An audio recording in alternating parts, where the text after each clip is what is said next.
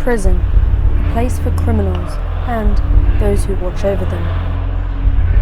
You are in that box like they are, but you've chosen to be there. He'd served in the armed forces and he felt safer in Afghanistan than he did on the landings of Berlin. Staffing shortages, increasing violence, and barely any support for the men and women on the front line of the forgotten service. The public deserve to know the crisis that our prisons are in.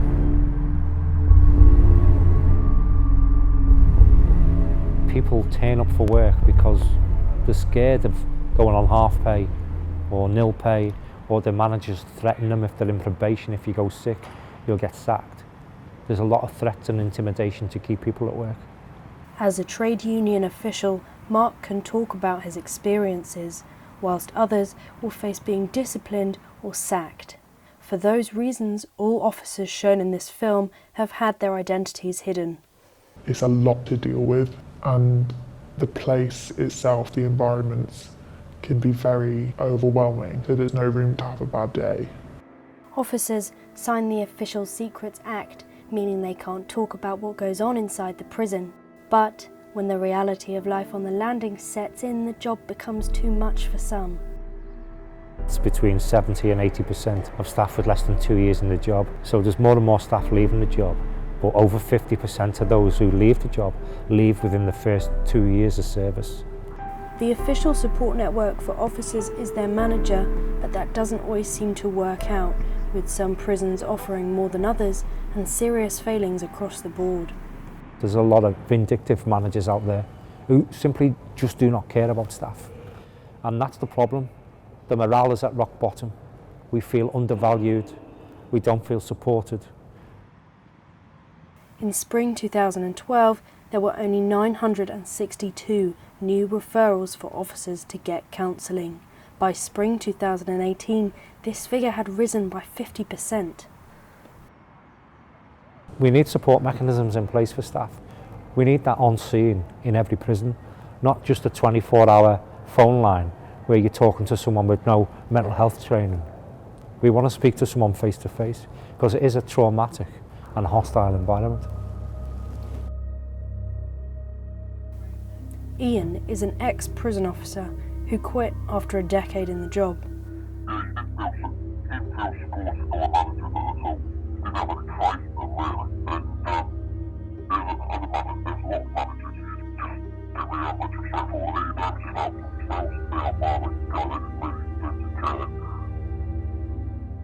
The Prison Officers Association is advocating for constant trained support on site for staff, instead of having to wait for an appointment with occupational health or phoning into the 24-hour helpline.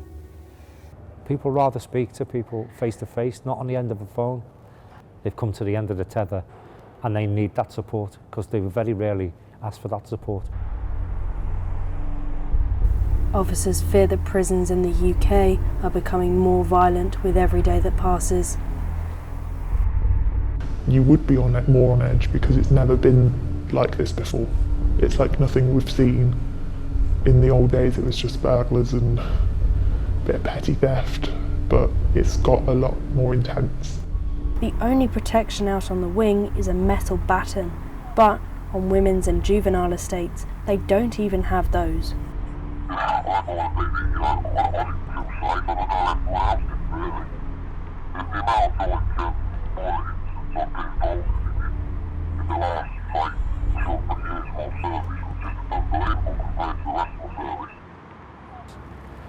The tide of violence against staff is the highest it's ever been.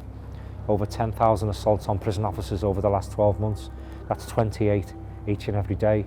Life-changing injuries, serious assaults. Some people can never work again. The average wage across the UK is currently £28,500 a year, whilst a prison officer starting the job can expect to earn just £22,500 a year. A good wage on your first job and more than the call centre pays, but not so attractive to the people with more life experience that officers like Mark would like to see join the service. Custodial positions are increasingly filled by young and inexperienced staff because the pay rise just isn't worth it to an experienced officer. So an experienced prison officer If he wanted to be a middle manager, a custodial manager, he'd probably get £1,500, £2,000 a year pay rise. For the extra responsibility of running a prison, it's not worth it. We are undervalued and the pay scales need to be looked at. The Unlocked Graduate Scheme provides a 2-year contract as a prison officer alongside a master's qualification. And I think there's more people that don't know what to do with their degree anymore, and that's the trap that it can lead them to. And it's not necessarily building the right prison staff, because it's just graduates from any degree with any interests, and you have to really want to be there to make it work. And the turnout of staff was just unbelievable. Also, young people, coming in and just in tears, just went into the office to say, I can't do this anymore, can't do this, and it was terrible to see really, it's just like that. But sometimes with newer officers, they can come in looking so scared, and prisoners feed off of that. They know if you're scared, they know if you're uncomfortable, and that can be a danger in itself. In 2015, officers were put on a new pension scheme. The age of retirement was also raised from 60 to 68 years old. I pay more into my pension, I retire later and I get less. That had a big knock-on effect with experienced staff, now leaving for safer employment with other public sector organisations who have low retirement age and pay better wages. In 2010, the Conservative government cut 7,000 prison staff. Austerity measures may have saved £900 million, but lost irreplaceable officers. And the knock-on effect is what we're seeing now. The rise in violence, the rise in deaths, the rise in suicides. The POA told the directors in HMPPS not to do it, not to cut so fast, so deep, not to let experienced staff go.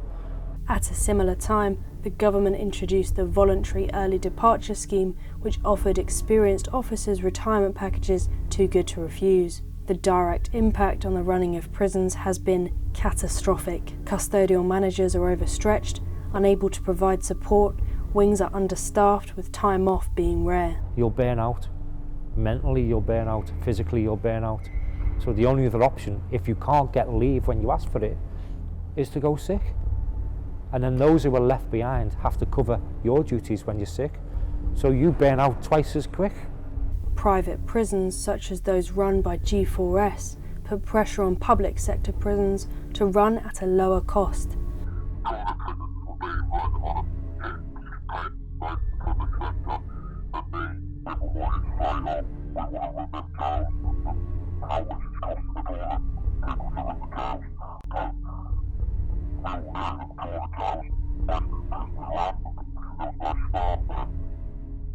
A race to the bottom. We're dead against private sector prisons. Making money off someone's incarceration is morally wrong. And of course the staff there are on lesser terms and conditions than the public sector.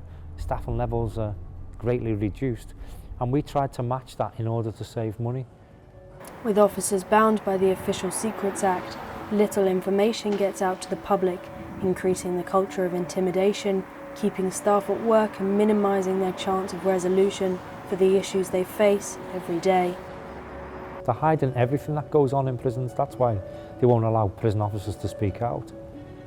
Because if the public really knew, they'd be fully supportive of us reducing our retirement age, getting a decent salary, getting pay rises, and let us retire with dignity instead of dying in service.